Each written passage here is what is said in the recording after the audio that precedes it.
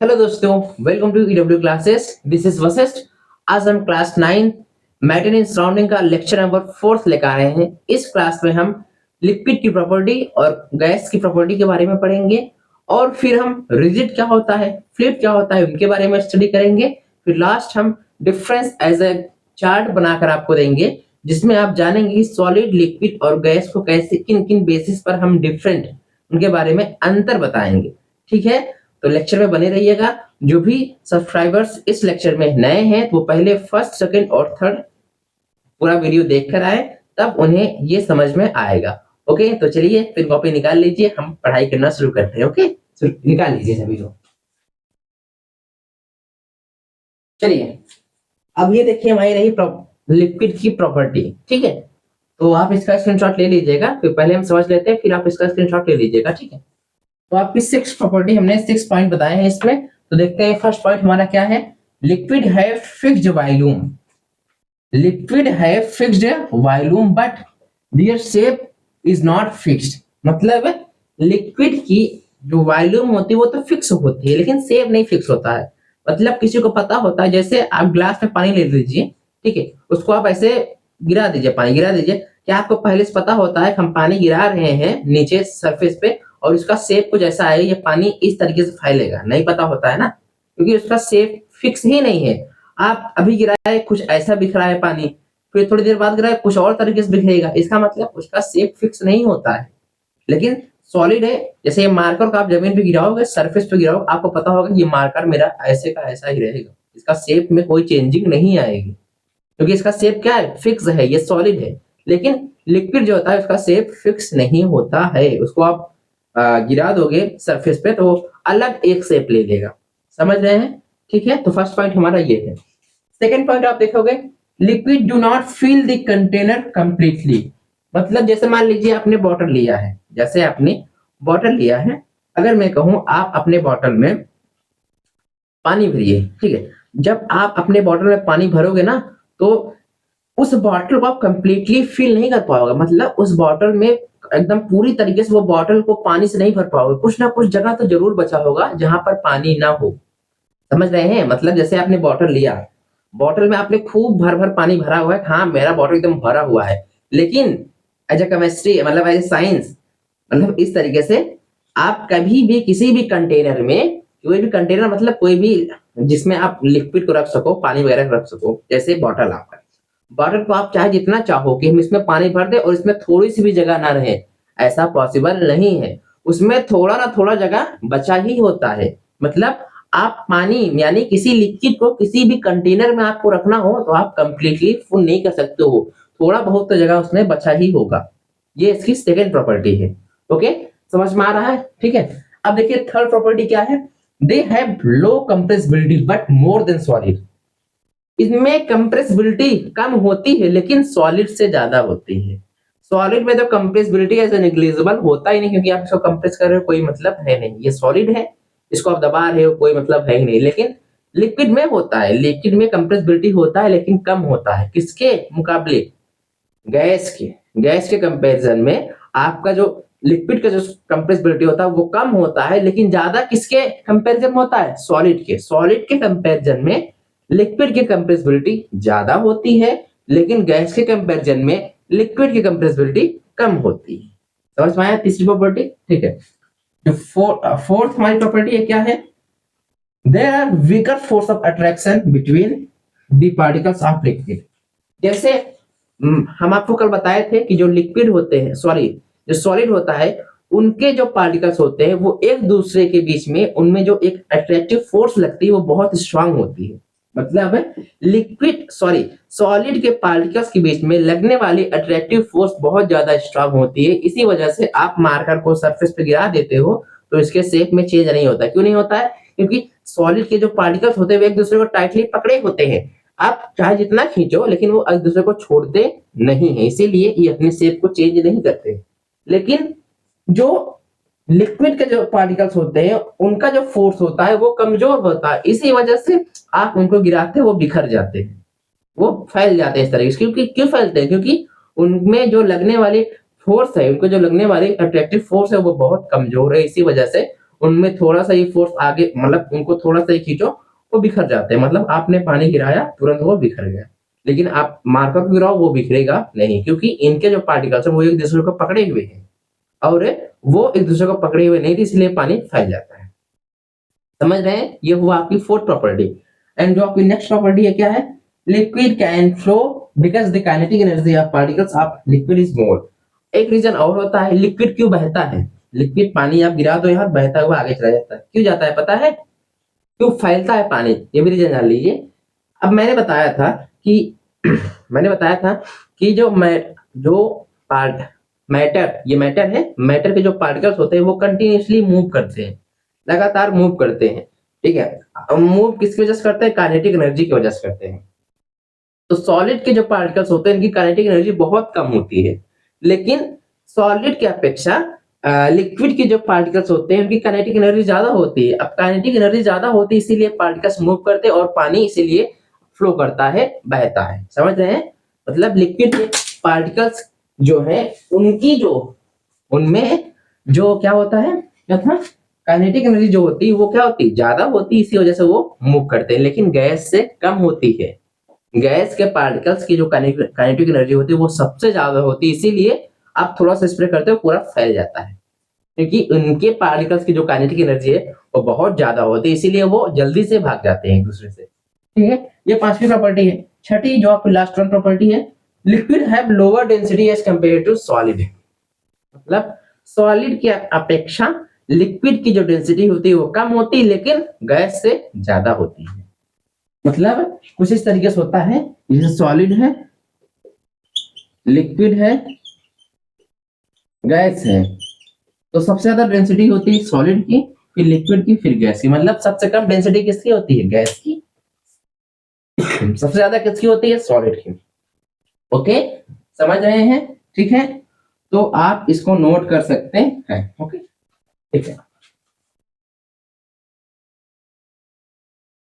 चलिए अब ये देखिए हमारी रही प्रॉपर्टी किसकी? गैस की। लास्ट प्रॉपर्टी हमारी है किसकी? है गैस की। क्या है पहली प्रॉपर्टी? क्या है? Guys have neither a fixed shape nor fixed volume. मतलब गैस की ना ही कोई एक फिक्स शेप होती है, ना ही कोई एक फिक्स वॉल्यूम होती है। समझ रहे हैं?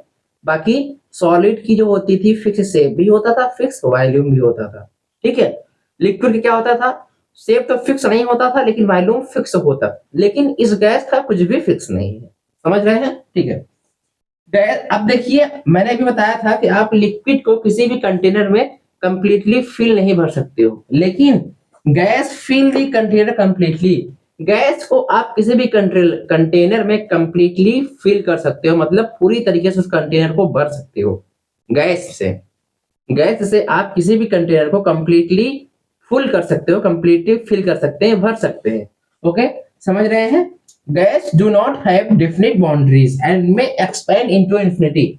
मतलब गैस, जो गैस होती है उसकी कोई भी एक निश्चित बाउंड्री नहीं है। आपने गैस मान लीजिए गैस आपका है, वो मतलब आप नहीं, मान लीजिए गैस स्प्लिट फैला दिया गैस, और आप मतलब आप बताइए कि गैस क्या जो बाउंड्री है इतनी है, इसके आगे गैस नहीं जाएगा। समझ रहे हैं? आपका कहना है कि गैस इसके आगे नहीं जाएगा, लेकिन ऐसा होता नहीं है। क्यों नहीं होता है? क्योंकि गैस हमारे एटमॉस्फेयर के और भी एयर, मतलब जैसे हवा के साथ मिलके कहीं भी चला जाता है। समझ रहे हैं? मतलब जो गैस होता है उसकी कोई भी एक फिक्स बाउंड्री नहीं है कि यहीं तक गैस रहेगी। ठीक है, गैस एयर के साथ मिलकर ऐसा रिएक्ट करके कहीं भी चली जा सकती है। जैसे कोई मान लीजिए कोई भी जानवर अगर कहीं खत्म हो जाता है तो उसकी जो गंध होती है, समझ रहे हैं, कहीं मान लीजिए कहीं भी जानवर खत्म हुआ है, ठीक है, ऐसे फेंका हुआ है, तो उसकी जो गंध होती है हवा के साथ मिलकर कहीं भी पहुंच जाती है। जिस दिशा में हवा बहती है उसी दिशा में उसकी गंध भी पहुंच जाती है। ठीक है, तो गैस के फॉर्म होता है। गैस का कोई भी एक फिक्स बाउंड्री नहीं होती, वो इनफाइनाइट मतलब अनंत दूरी तक जा सकती है जिस दिशा में हवा बहे। ठीक है, there are weaker force of attraction of particle as compared to liquid or solid। मतलब गैस के जो पार्टिकल्स होते हैं वो क्यों भागते हैं एक दूसरे से, क्यों दूर तक जा पाते हैं? क्योंकि उनके पार्टिकल्स के बीच का जो अट्रैक्टिव फोर्स होता है वो सबसे कमजोर होता है। मतलब सॉलिड और लिक्विड से भी कमजोर होता है, इसी वजह से वो आराम से मूव कर लेते हैं, आराम से स्प्रेड कर जाते हैं इस एटमॉस्फेयर में। Okay, kinetic energy of a gas is much more than liquid and solid. जो गैस के जो पार्टिकल्स उनकी जो काइनेटिक एनर्जी वो बहुत ज्यादा है, इसीलिए वो मूव करते हैं। ठीक है, काइनेटिक एनर्जी जो पार्टिकल्स की होती है वो बहुत बहुत ज्यादा होती है सॉलिड और लिक्विड के कंपैरिजन में, इसीलिए वो उनको आप स्प्रे करते हो पूरे रूम में फैल जाता है। ठीक है, क्योंकि उनकी काइनेटिक एनर्जी ज्यादा होती है। काइनेटिक एनर्जी के ही वजह से वो मूव करते हैं। Rate of diffusion of gas is much more than liquid और सॉलिड। अब देखिए मैंने बताया था कि अगर मैं सॉलिड की बात करूं, सॉलिड और सॉलिड को मिलाना हो, डिफ्यूजन मतलब मिलाना, अगर उसको मिलाना हो तो आपको बहुत प्रॉब्लम होती है, मिल नहीं पाता है। और लिक्विड को मिलाना, जैसे पानी और दूध को मिलाना मिल जाता है आराम से, लेकिन उससे भी आसान होता है गैस। गैस का डिफ्यूजन बहुत ज्यादा होता है, मतलब गैस को आप बहुत जल्दी मिला सकते हो। ठीक है, हमारे एटमॉस्फेयर में कोई हमारा ऑक्सीजन ही नहीं है, इसमें कई सारी गैसेस है, ये सब मिली हुई है। ठीक है, मतलब गैस का डिफ्यूजन बहुत जल्दी हो सकता है, मतलब डिफ्यूजन रेट सबसे ज्यादा होता है। देखिए, the rate of diffusion of gases is much more than solid and liquid. Solid और लिक्विड के कंपैरिजन में गैस का जो डिफ्यूजन रेट होता है वो सबसे ज्यादा होता है। ओके, नोट कर लीजिए इसको। चलिए, अब आपने जो हमारा मैटर्स था उसको शुरू शुरू में आपने पढ़ा था, उसको क्लासिफाई हम टू टर्म्स के बेसिस पे करते हैं। एक फिजिकल क्लासिफिकेशन यानी सॉलिड लिक्विड और गैस के बेस पे, दूसरा हमारा केमिकल क्लासिफिकेशन। तो फिजिकल क्लासिफिकेशन के बारे में आपने जान लिया सब कुछ। ठीक है, मतलब सॉलिड की प्रॉपर्टी, लिक्विड की प्रॉपर्टी, गैस की प्रॉपर्टी के बारे में आपने जान लिया। अब हम बात करते हैं कि रिजिड और फ्लूइड क्या होता है। आपने ये टर्म सुने होंगे कि रिजिड एंड फ्लूइड, ये क्या होते हैं। चलिए अब हम इनके बारे में जानते हैं कि रिजिड और फ्लूइड आपका क्या होता है। हेडिंग लगाइए, रिजिड। हेडिंग लगाइए, रिजिड मतलब मैटर्स को हम रिजिड कब कहते हैं और उसी मैटर को हम फ्लूइड कब कहते हैं, उनके बारे में जानते हैं। देखिए, matter is said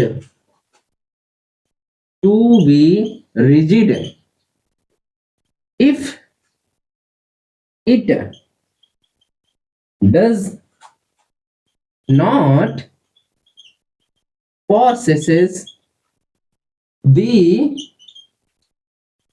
ability to flow। मतलब matter is said to be rigid, मतलब मैटर को हम रिजिड तब कहते हैं जब उसके अंदर फ्लो करने की एबिलिटी ना हो, यानी बहने की क्षमता ना हो। जैसे अगर मैं ये सॉलिड है, सॉलिड क्या बह सकता है कि आप सॉलिड मार्कर को बहाओ, टेबल को बहाओ, बहे, पानी जैसे बहता है? नहीं बहता है ना, क्योंकि ये क्या है, रिजिड है, कठोर है, इसकी प्रॉपर्टी ही है।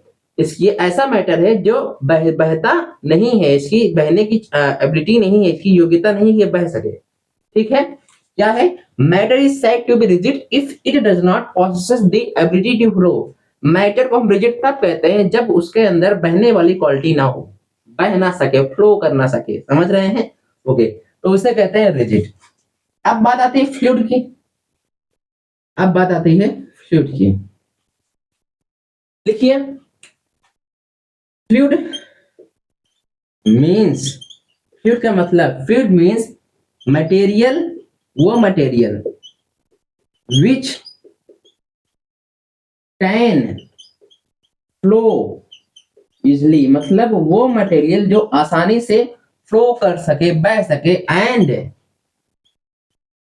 कीप इनटू कंटेनर, जिसको हम किसी कंटेनर में रख सके। जैसे पानी को हम बॉटल में रखते हैं, रख सकते हैं ना, किसी कंटेनर पे हम रख रहे हैं, तो वो होता है फ्लूइड। फ्लूइड मतलब वो मटेरियल जो आसानी से बह सके और उसको हम किसी कंटेनर में रख सके, वही होता है आपका फ्लूइड।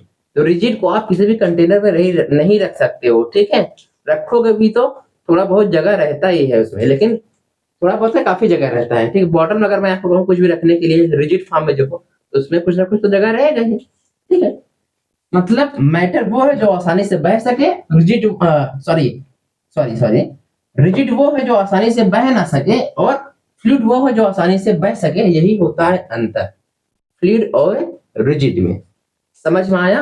ओके, ठीक है, नोट कर लीजिए इसे भी, ठीक है।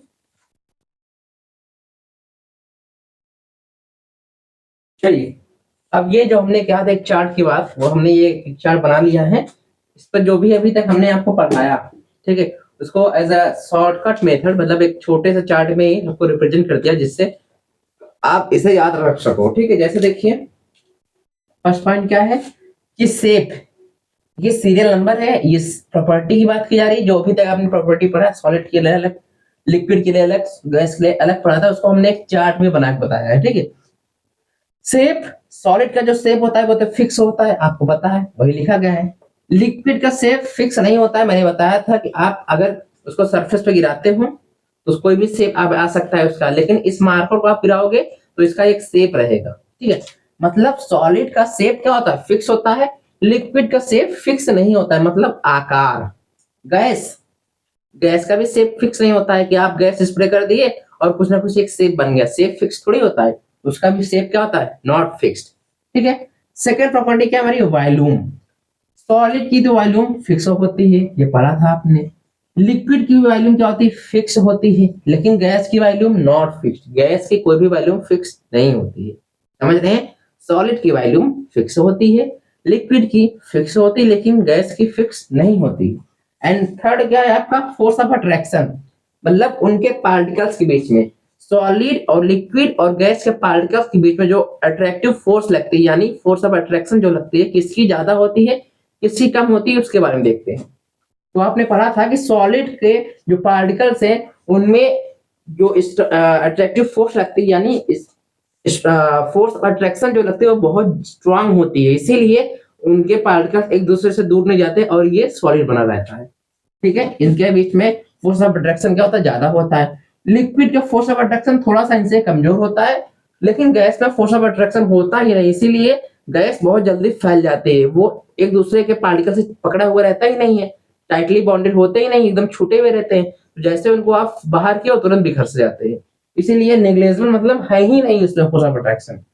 डेंसिटी की बात की जाए तो सॉलिड की सबसे ज्यादा होती है, लिक्विड की थोड़ा लो होती है, गैस की तो बहुत कम होती है डेंसिटी, समझ रहे हैं? ये है इंटर पार्टिकल स्पेस, मतलब पार्टिकल, सॉलिड लिक्विड गैस के पार्टिकल और पार्टिकल बीच में जो जगह होता है वो उसके बारे में बात की गई है। सॉलिड के पार्टिकल्स के बीच में जो जगह होता है वो बहुत कम होता है, लिक्विड में थोड़ा सा कम होता है, गैस में बहुत ज्यादा जगह होता है, इसीलिए वो फैल जाता है ना, थोड़ा सा गैस से सब अलग अलग होकर फैल जाते हैं वो, समझ रहे हैं? ठीक है।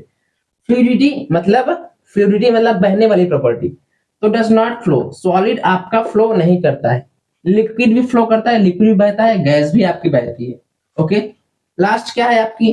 काइनेटिक एनर्जी, किसके? पार्टिकल्स, सॉलिड लिक्विड गैस के पार्टिकल्स का जो काइनेटिक एनर्जी होता है तो वो वेरी स्मॉल, सॉलिड का बहुत कम होता है, इसीलिए वो एक शेप में रहते हैं, इनके पार्टिकल्स बिखरते नहीं है, क्योंकि इनमें काइनेटिक एनर्जी बहुत कम होती है, यानी होती ही नहीं, ऐसे समझिए, ठीक है। लिक्विड की थोड़ी से कम होती है एंड गैस की बहुत ज्यादा हाई होती है। ये सबसे कम काइनेटिक एनर्जी सॉलिड की, थोड़ा सा ज्यादा किसकी? लिक्विड की, और सबसे ज्यादा किसकी होती है काइनेटिक एनर्जी? गैस की, ओके। तो आप इस लेक्चर में जो आपकी दोनों प्रॉपर्टी बची हुई थी लिक्विड और गैस की, उसको पढ़ा आपने, फिर आपने जाना रिजिड और फ्लूइड क्या होता है, फिर आप एक ये टेबल था, ये चार्ट था, जिसके बारे में आपने जो भी प्रॉपर्टी पढ़ी उसको एक चार्ट के जरिए दिखा दिया गया, ठीक है। आप ये चार्ट बना सकते हैं और बनाने के बाद आप इससे तैयार कर सकते हैं। तो कई मतलब ये जितनी प्रॉपर्टी लिखी गई है 7 प्रॉपर्टी है ना, ये 7 प्रॉपर्टी को आप अपने लैंग्वेज में वहां लिख सकते हैं। जैसे प्रॉपर्टी ऑफ सॉलिड लिखने की बात आई तो 1 2 3 4 5 6 7 प्रॉपर्टी आप लिख सकते हो अपने लैंग्वेज में। ये एक टेबल बनाने से आपका कितना फायदा है कि ये टेबल याद रखने से आप प्रॉपर्टी अपने आप लिख सकते हो, समझ रहे हैं? ठीक है, तो पढ़ते रहिए। आज के लिए इतना ही, थैंक यू वेरी मच।